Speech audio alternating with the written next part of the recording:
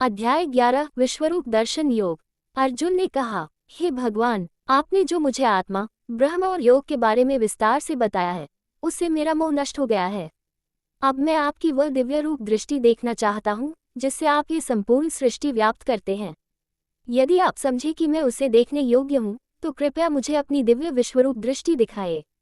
भगवान श्री कृष्ण बोले, हे अर्जुन, अब तू मेरे उस रूप को देख जिसमें सैकड़ों हजारों दिव्य रूप हैं विभिन्न रंगों और आकारों वाले। अब तू देवताओं, ऋषियों, अनेक अद्भुत चीजों को एक साथ मेरे शरीर में देख। ये दृष्टि तू अपनी सामान्य आंखों से नहीं देख सकता, इसलिए मैं तुझे दिव्य दृष्टि देता हूँ जिससे तू मेरा विराट रूप देख सके। संजय ने धृतराष्ट्र से कहा, हे राजन, भगवान श्री कृष्ण ने अर्जुन को दिव्य दृष्टि प्रदान की और अपना ब्रह्मांडीय रूप दिखाया जिसमें अनगिनत मुख, नेत्र, अद्भुत दृश्य, अनेक दिव्य आभूषण और शस्त्र थे। उनका रूप अनंत था, चारों दिशाओं में फैला हुआ, तेजस्वी था जैसे हजारों सूर्य एक साथ उदय हो जाएं। अर्जुन ने उस रूप में समस्त विश्व को एक ही स्थान में संपूर्ण देखा। फिर विस्मय से भरकर अर्जुन ने सिर झुकाकर हाथ जोड़कर भगवान की स्तुति की। अर्जुन ने कहा, हे भगवान, मैं आपके शरीर में सभी देवताओं, ऋषियों और जीवों को देख रहा हूँ। आपके अनगिनत भुजाएं, नेत्र, मुख और पेट है, कोई आपकी सीमा नहीं है। आप आदि, मध्य और अंत से रहित हैं। आपका स्वरूप तेजो में है, चारों दिशाओं में फैला है। आपकी आंखें सूर्य और चंद्रमा हैं, और आपके मुख से अग्नि निकल रही है। संपूर्ण ब्रह्मांड आपसे व्याप्त है। देवता, सिद्धजन आपकी महिमा देखकर भयभीत हैं। ब्रह्मा जी, शिव जी, इंद्र, मरुदगण सभी आपको नमस्कार कर रहे हैं। आपके विशाल मुखों और दांतों को देखकर सब भयभीत हो रहे हैं। अनेक योद्धा आपके मुख में प्रवेश कर रहे हैं। जैसे नदियां समुद्र में गिरती हैं, वैसे ही सभी योद्धा आपके प्रचंड मुख में प्रवेश कर रहे हैं। कुछ पिसे हुए तिनकों की तरह आपके दांतों में फंस रहे हैं। हे भगवान, बताए ये भयानक रूप किस लिए है? मैं आपको शांत रूप में देखना चाहता हूँ, कृपया वही स्वरूप दिखाए जिसे मैं जानता हूँ। भगवान श्री कृष्ण बोले, हे अर्जुन, यह मेरा विराट रूप जो तू देख रहा है, उसे न तो वेदों से, न यज्ञ से, न दान से, न तपस्या से जाना जा सकता है। तू भयभीत मत हो, अब मैं तुझे फिर से अपना शांत, सौम्य रूप दिखाता हूँ। फिर भगवान श्री कृष्ण ने अर्जुन को अपना 2 भुजाओं वाला सामान्य रूप दिखाया। अर्जुन ने कहा, हे जनार्दन, आपने फिर से अपना सुंदर मानव रूप दिखाया जिससे मेरा मन शांत हुआ।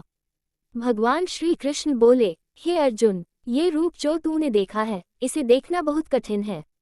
देवता भी इसे देखने के लिए लालायित रहते हैं।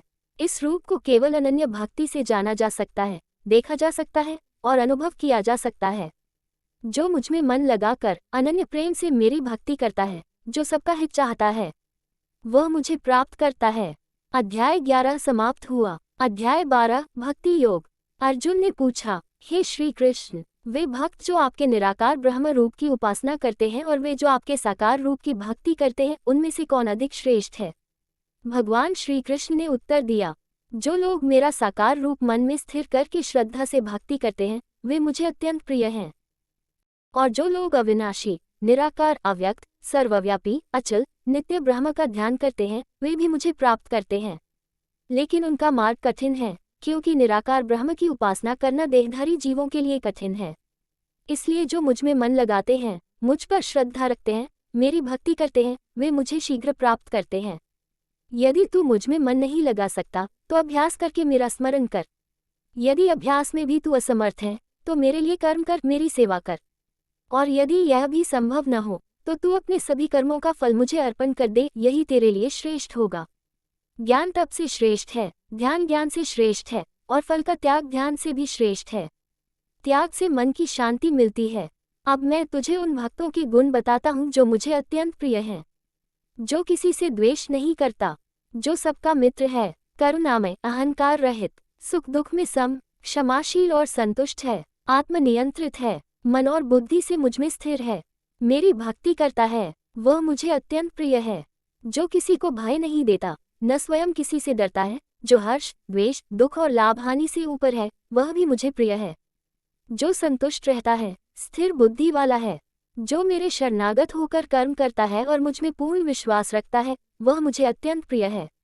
जो समता की दृष्टि से मित्र और शत्रु को देखता है, मान अपमान में समान रहता है, शीतोष्ण और लाभ हानि में संभाव रखता है, जो मौन, संतोषी, अचल मन वाला और मेरी भक्ति में स्थित है, वह मुझे प्रिय है। जो किसी से द्वेष नहीं करता, जो हर प्राणी के प्रति समभाव रखता है, जो धर्म में दृढ़ है और मुझे ही अंतिम लक्ष्य मानता है, वह भक्त मुझे अत्यंत प्रिय होता है। अध्याय 12 समाप्त हुआ।